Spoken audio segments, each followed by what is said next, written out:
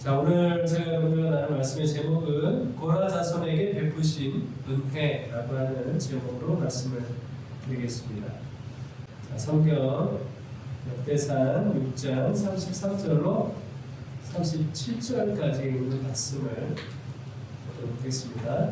직문을 행하는 자와 그의 아들들은 이러하니 그앗의 자손 중에 해마는 참소하는 자라. 그는 요엘의 아들이요 요엘은 사무엘의 아들이요 사무엘은 엘가나의 아들이요 엘가나는 여로함의 아들이요 여로함은 엘리엘의 아들이요 엘리엘은 도아의 아들이요 도아는 숲의 아들이요 숲은 엘가나의 아들이요 엘가나는 마아스의 아들이요 마아스는 아마스의 아들이요 아마스는 엘가나의 아들이요 엘가나는 요엘의 아들이요 요엘은 아사랴의 아들이요 아사랴는 스바랴의 아들이요 스바랴는 다앗의 아들이요 다앗은 아실의 아들이요 아실은 에비아삽의 아들이요 에비아삽은 모라의 아들이요.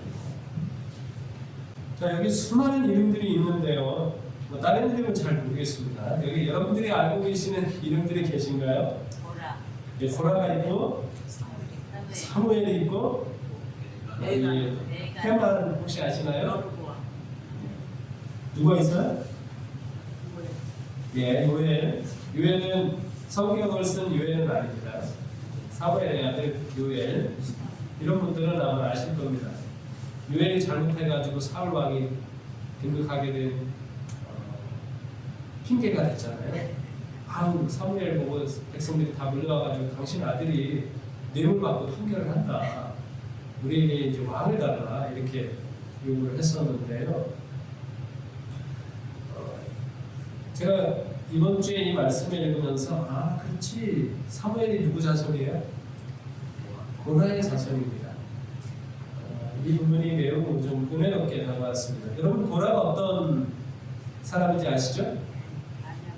네. 고라의 아들 가운데 여기에 말씀하고 있는 에비아삽이라고 하는 아들이 있었는데요. 이 아들은 어떤 아들이었는가 하면 민수기 26장 9절로 11절에 있는 말씀, 이 부분 함께 읽겠습니다. 여기는 르우벤 지파의 족보를 쭉 이야기하다가 민수기서에 설명을 하고 있는 것입니다. 같이 읽겠습니다. 시작. 엘리야의 아들은 느무엘과 다단과 아비람이다. 이 다단과 아비람은 회중 가운데서 부름을 받은 자들이니 고라의 무리에 들어가서 모세와 아론을 거슬러 여호와께 반역할 때에 땅이 그 입을 벌려서 그 무리와 고라를 삼키매 그들이 죽었고 당시에 불이 250명을 삼켜 징표가 되게 하였으나 고라의 아들들은 죽지 아니하였다. 여러분, 이 장면을 보면서 좀 이런 생각을 좀 해봤습니다. 이 본문 속에서 두 가지, 고라가 반역하여 땅에 삼킴바 될 때에 그 아버지의 죄에 가담하지 않은 자녀들이 있었습니다. 우리가 읽은 족보에 엘리아삽이라고 하는 그 아들이 그런 자녀들이었죠. 그들은 얼마나 고통스러웠을까요? 한번 생각을 해보겠습니다. 아버지는 지금 막 뭐 하고 있어요? 예, 아버지 장막에 누가 왔다 갔다 해요? 다단이 왔다 갔다 하고 아비람이 왔다 갔다 하고 온이 왔다 갔다 하고 하면서 뭘 꾀하고 있습니까? 반역을 꾀하고 있습니다. 그것을 바라보고 있는 이 자녀들, 얼마나 고통스러웠을까요? 그리고 이 자녀들은, 엘리아삽과 같은 자녀들은 그 고통을 이겨냈습니다. 그리고 그 자손 가운데 얼마나 복된 자손들이 등장하고 있나요? 이 고라의 자손 가운데 누가 있어요? 이스라엘의 가장 중요한 인물 중에 하나인 사무엘이 등장하고 있습니다. 그리고 해만이라고 하는 시편에 보면 고라 자손의 시들이 많이 있는데, 노래들이 많이 있는데 그 노래를 불렀던 해만, 그리고 아삽이라고 하는 그 형제가 또 등장을 합니다. 한번 생각을 해보면 좋을 것 같고요. 그 다음에 이제 두 번째는, 고라의 자손은 왜 고라의 자손이라 불렸을까요? 라고 하는 질문도 같이 해보려고 합니다. 고라의 자손이라는 말을 듣는 것이 좋을까요? 안 좋을까요? 네, 이따가 좀 더 그 생각을 해보겠습니다. 그런데 성경은 아주 일관되게 고라의 자손이라고 이렇게 부르고 있습니다. 이 부분도 같이 한번 생각해 보겠습니다. 이런 질문들이 여러분들이 예수님을 이 본문 속에서 발견할 수 있게 되기를 바라며 여러분의 삶 속에서 변화하고자 하는 그런 갈망, 그래서 예수님을 닮아가고 싶은 그런 마음도 갖게 하고 또 우리의 이웃들 가운데 이러한 것을 나눌 수 있는 분들을 생각하는 그런 시간이 되었으면 좋겠습니다. 자, 우리 첫 번째 이 질문을 같이 생각해 보겠습니다. 아버지의 죄와 다투는 이 고라의 자녀들이라고 하는 측면입니다. 여러분, 이 고라가 반역을 할 때 어떻게 반역을 하고 그것에 대해서 어떻게 형벌이 임했는가 하면 민수기 16장 31절로 33절에 보면 뭐라고 말씀하셨는가 하면 하나님께서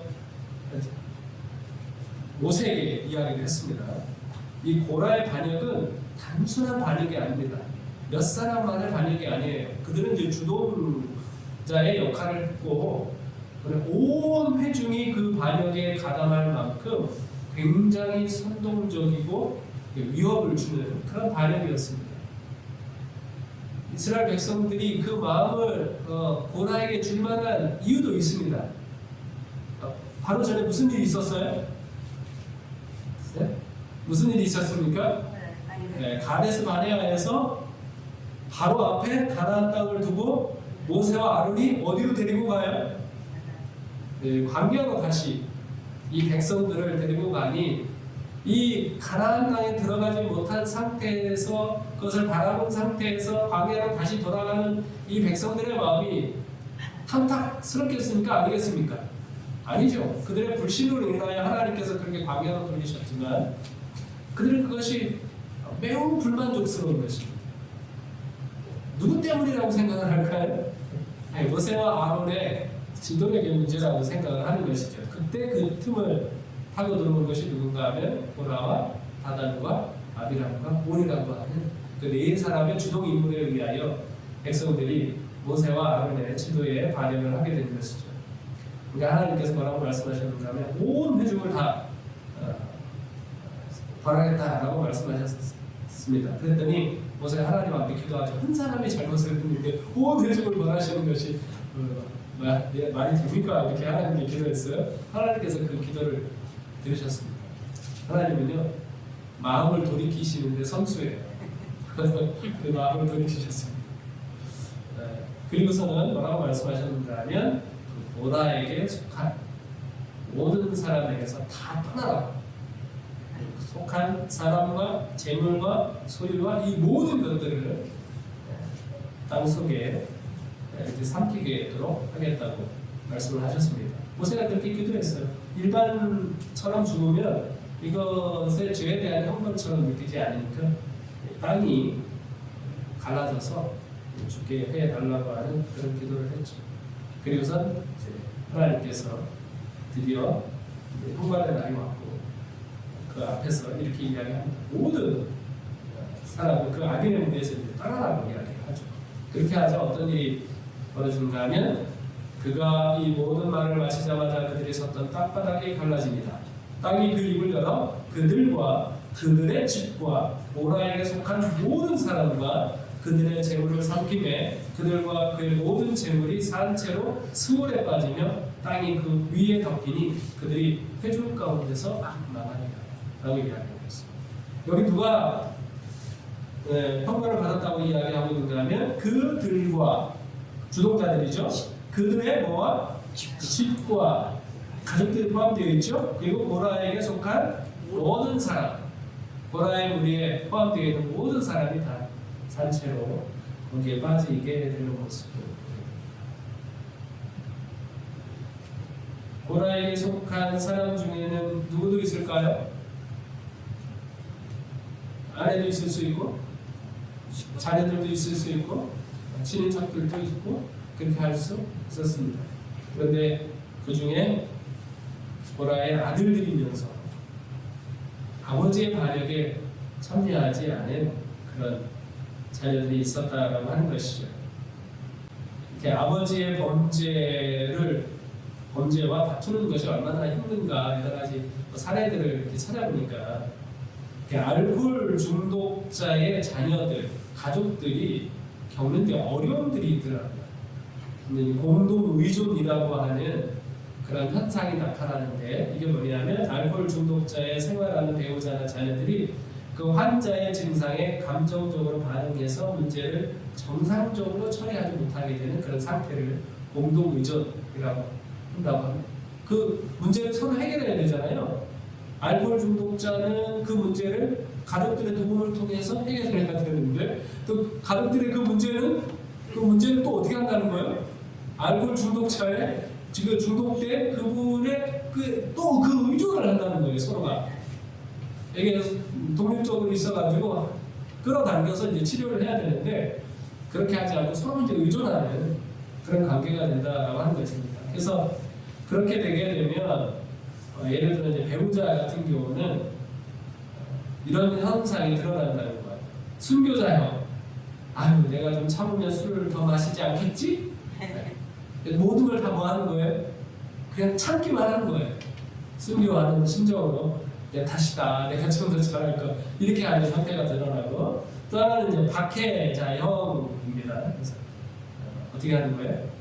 알코올 중독자, 아유 차라리 죽어버렸으면 좋겠다 하면서 타박하고 이혼하자 이렇게 하는 겁니다. 그 다음에 세 번째로는 술 친구요. 그래 좋다.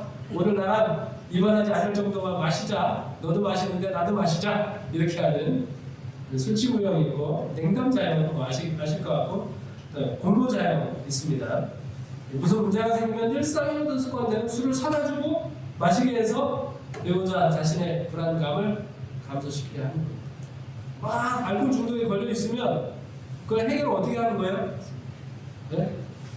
이것을 올바르게 해결하려고 하는 것이 아니라 그 잠시만 그 문제를 넘어가기 위해서 막 술을 갖다가 사주는 그런 형태로 나타나게 된다라고 하는 것이죠. 우리 가족 안에 이런 이제 죄악이 있을 때, 죄가 있을 때 이것과 다툰다고 하는 것은 굉장히 힘든 일입니다. 그렇죠? 남편이 혹시 아내가 뭐 불만을 이야기하면 그 불만을 우리가 어떻게 대응합니까? 대응은? 우리 친구가 막 누군가를 욕하면 우리 어떻게 주로 대응을 하죠? 같이?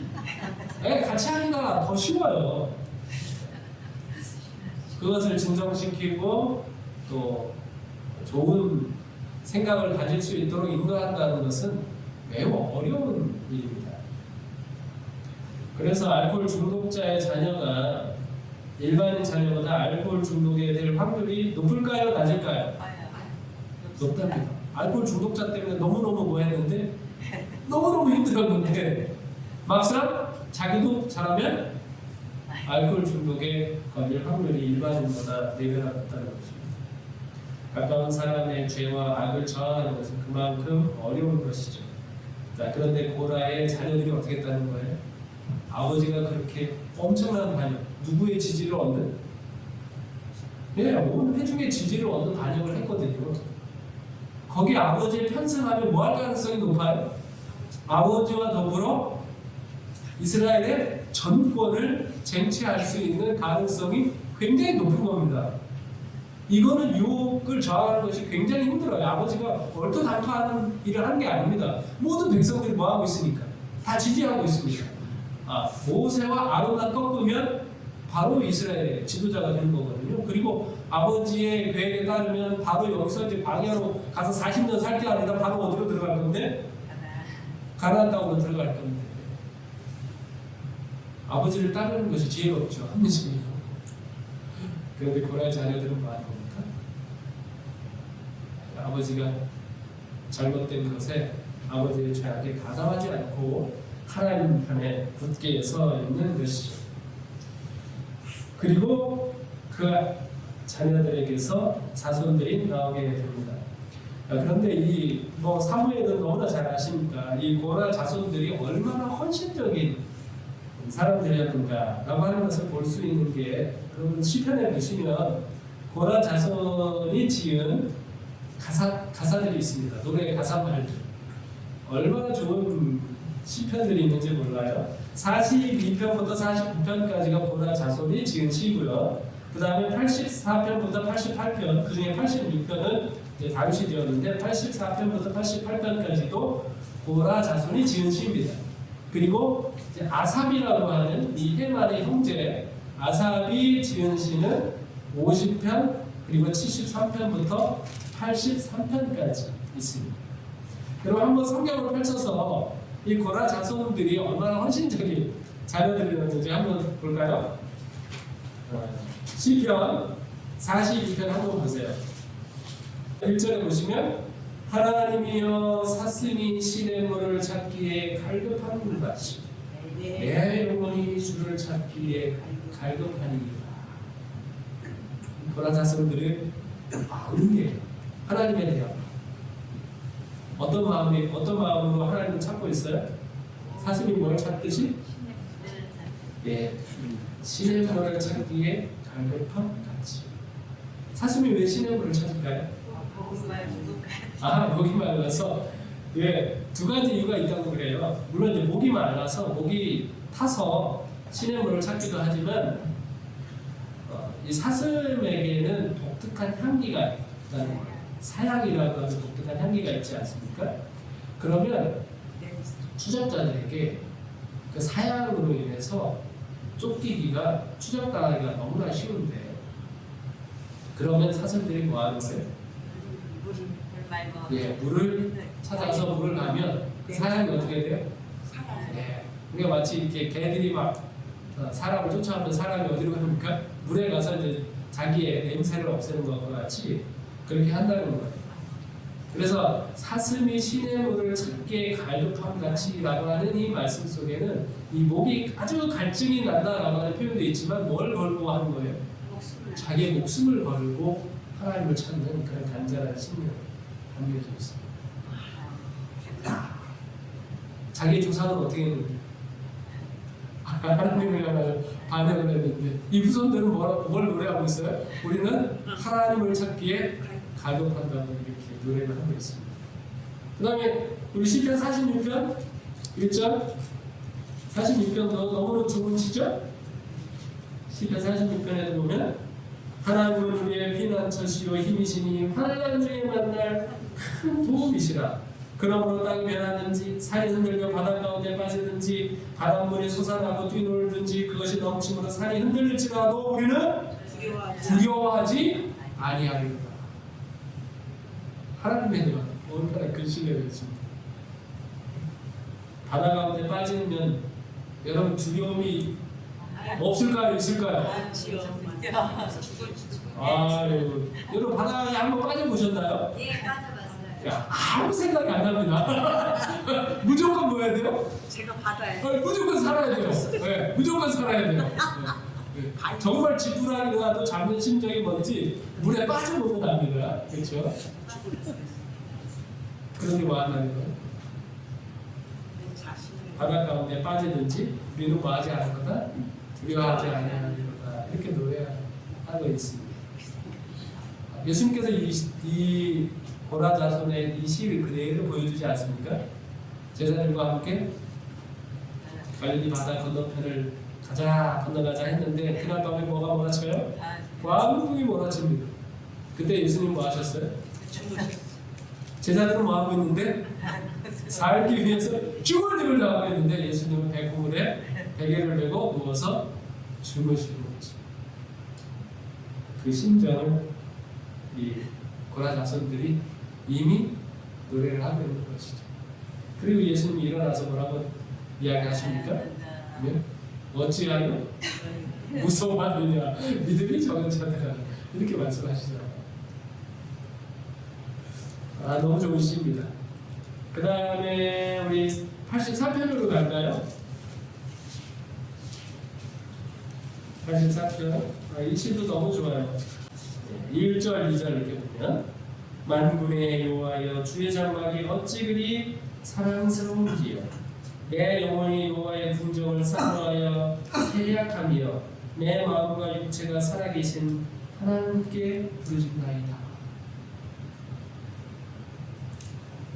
여러분, 이 고라 자손이 여호와의 성전, 여호와 주의 장막에 대한 무슨 병에 걸렸어요? 예? 상습병? 상사병에 걸렸어요. 그렇죠? 예? 주의 장막이 너무너무 사랑스럽고 그리워가지고 막 마음이 어떻게 된대요? 예? 내 마음과 육체가 쇠약해진다고 이렇게까지 표현하고 있어요. 그곳에 있는 것을 너무너무 좋아하죠. 고라 자손의 역할이 사실은 거 찬양하고 성전의 기구들을 다루고 성전의 문지기 역할. 그 문지기로서 얼마나 행복한지도 10절에 이렇게 나와 있죠. 10절에 주의 궁정에서의 한 날이 다른 곳에서의 첫날보다 나은즉 악인의 장막에 사는 것보다 내 하나님 성전 문지기로 있는 것이 좋사오니. 한 달과 첫날 비교할 수가 있어요, 없어요? 비교할 수가 없죠. 첫날, 1000배나 더 좋은 것인데.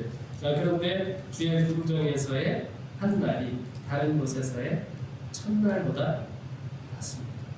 그리고 악인의 장막 안에 있는 것보다 하나님 전에 뭐로 있는 게 낫습니까? 못 들어가더라도 문지기로 있는 것이 좋습니다. 예. 얼마나 헌신적입니까, 고라 자손들.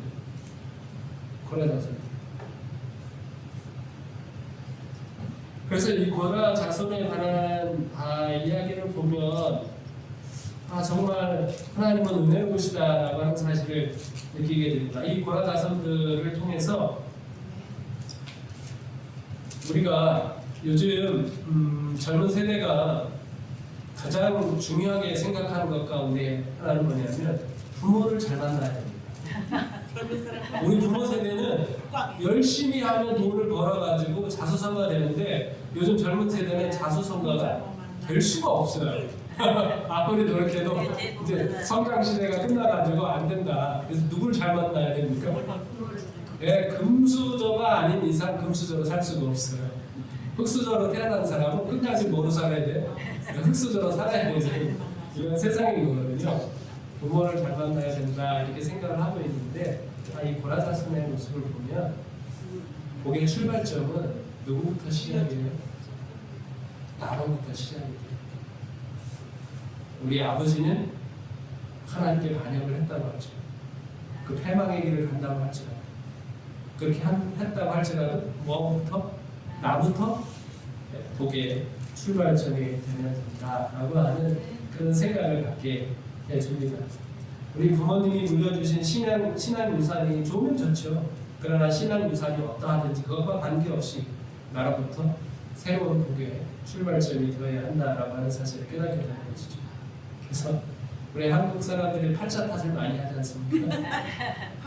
네, 팔자 탓이 아니라 헌신이 중요해요. 그렇죠? 고라의 자손들은 자신의 운명을 기반하거나 그래서 불평하지 않고 세상을 그리 삐뚤게 보지 않고 자기에게 맡겨진 일에 헌신을 다하는 모습을 볼 수 있죠. 이 고라 자손이 그렇게 할 수 있었던 이유가 뭘까요? 하나님의 은혜 아닐까요?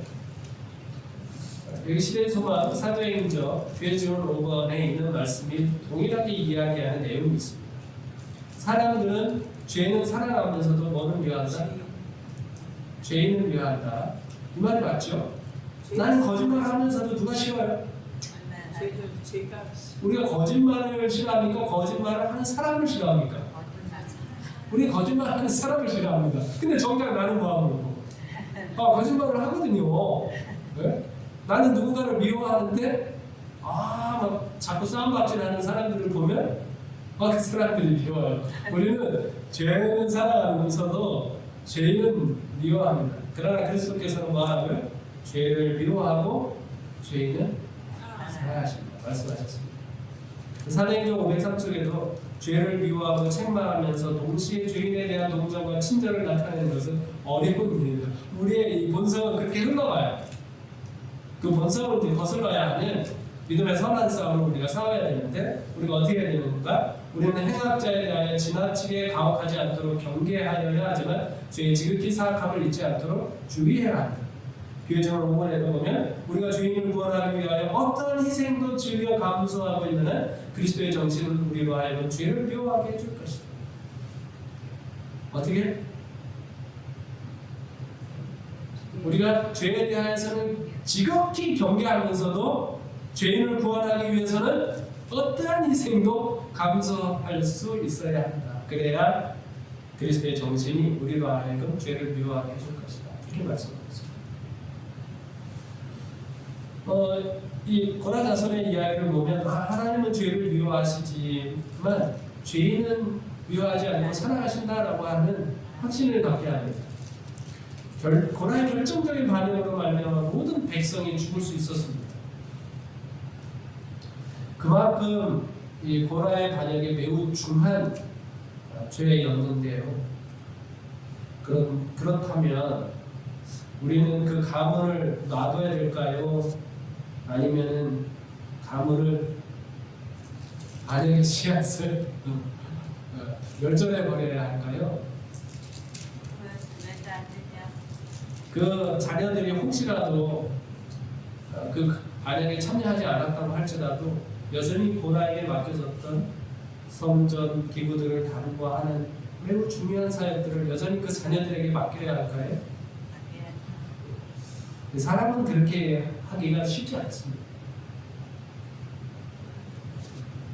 내가 미워하는 사람이 있으면 그 식구들도 뭐예요? 믿지 않습니까? 네? 내가 미워하는 사람의 자식은 그 자식도 미워요. 그런데 그리고 그것뿐만입니까?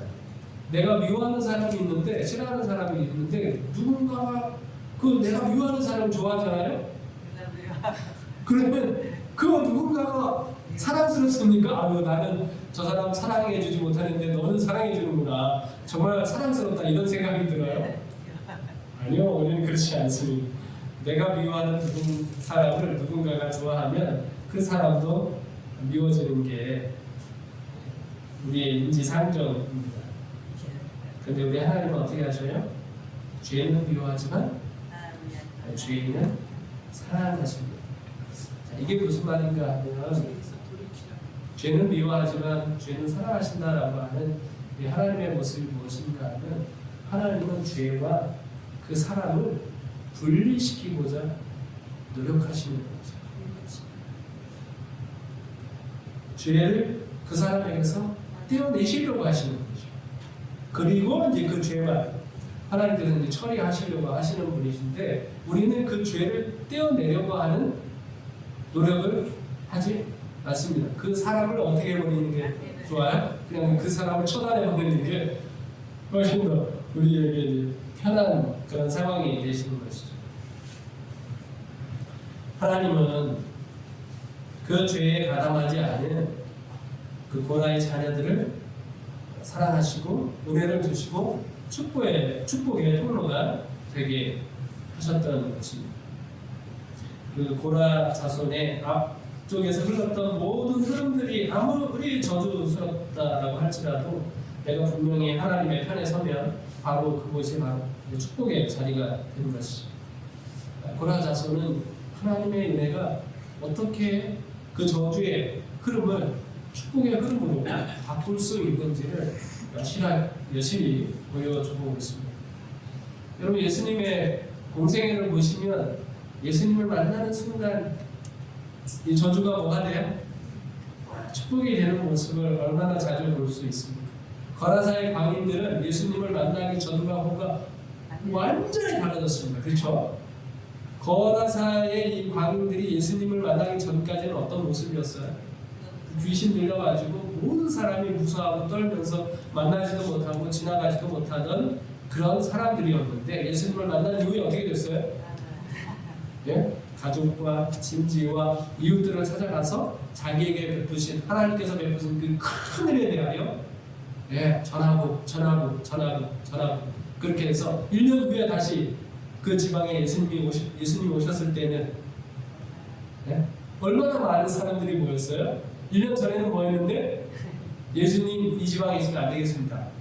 우리 예수님이 이 땅에 있으면 우리가 손해가 이만저만이 아닙니다. 그래가지고 예수님 내쫓았거든요. 근데 1년이 지난 다음에는 그 대가볼리 지방에 얼마나 되는 사람이 모였어요?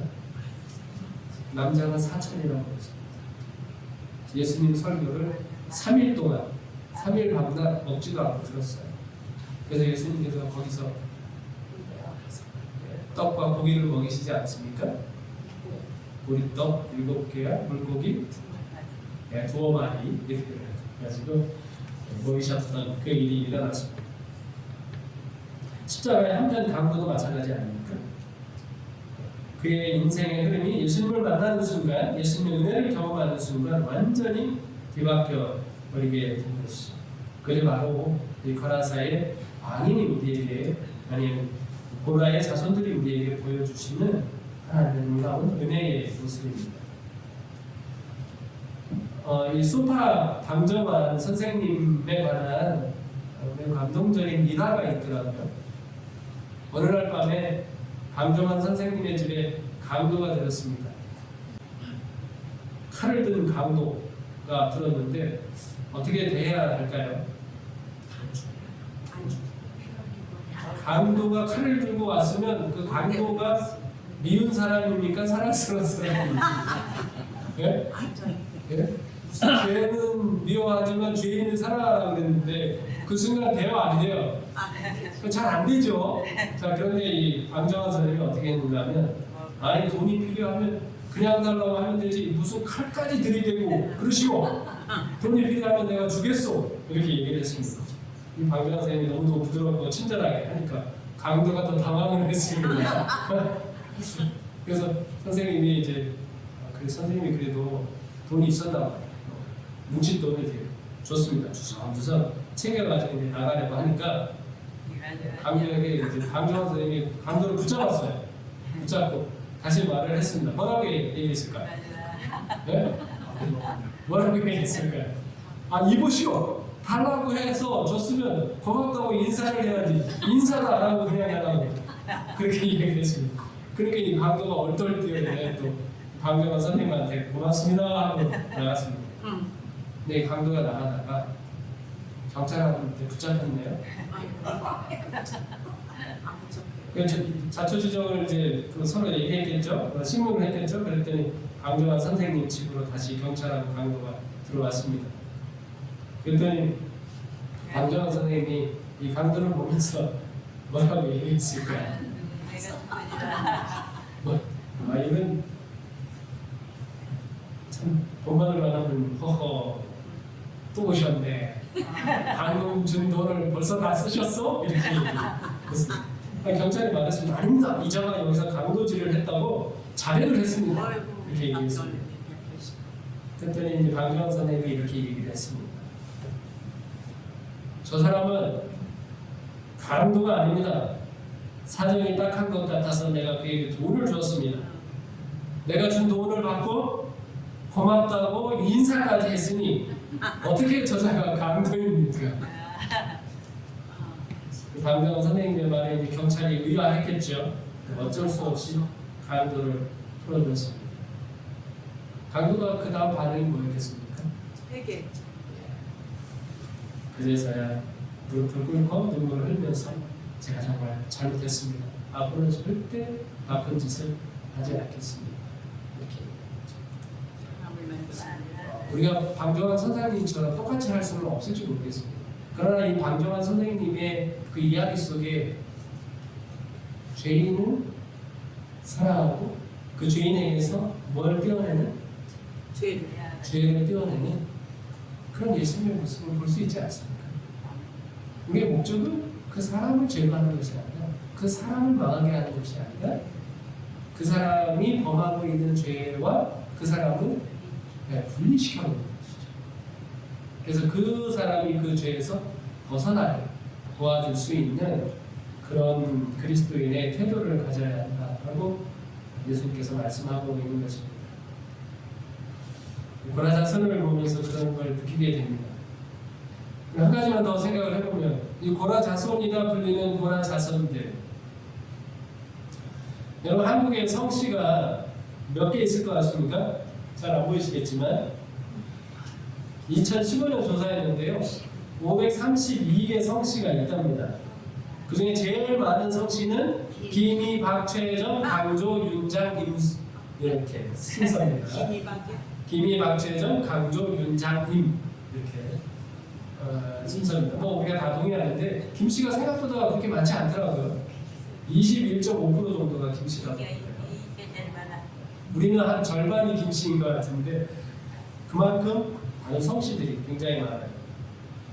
2015년에 조사를 해보니까 5명이 있는 성씨가 있더라고요. 인구 중에 5명만 이 성을 가지고 있습니다. 네. 황록씨 있고, 탄씨 있고, 등정씨 있고, 관씨 이런 분들은 한 5명 정도 부담입니다. 그게 성씨들이 많습니다. 제가 이 성씨들 이야기하면 여러분 그때 이 성씨의 시조들 가운데 우리 시조는 종이다 있을까요? 없을까요? 우리 시조는 종이야, 종. 아니야. 네? 우리 시조는 땅 팔아먹었어. 예. 우리 시조, 근데 참 놀라운 것은 한국의 이 532개의 성씨, 뭐 이 중에 이제 최근에 생긴 것들은 아니겠습니다만 532개의 성씨 중에 양반이 아닌 집이 없습니다. 신기하지 않습니까? 하나님의 자녀는 양반이 아닌 집이 없습니다. 피시천시 출신인데 네. 자, 그래서 다 우리 조상은 양반이라고 이야기하죠. 그만큼 우리 가문의 그 역사에 대해서 대표적으로 누구의 자손이라고 이야기할 때 우리의 가문은 반역자의 집안입니다. 매국노의 집안입니다. 이렇게 말하는 데가 있습니까? 없습니까? 없어요.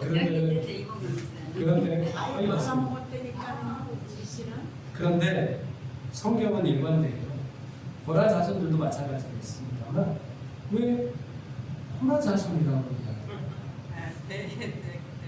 그 고라의 반역에도 불구하고 꿋꿋이 신앙을 지켰던 엘리 아삽의 자손들 이렇게 해주면 얼마나 좋을까요?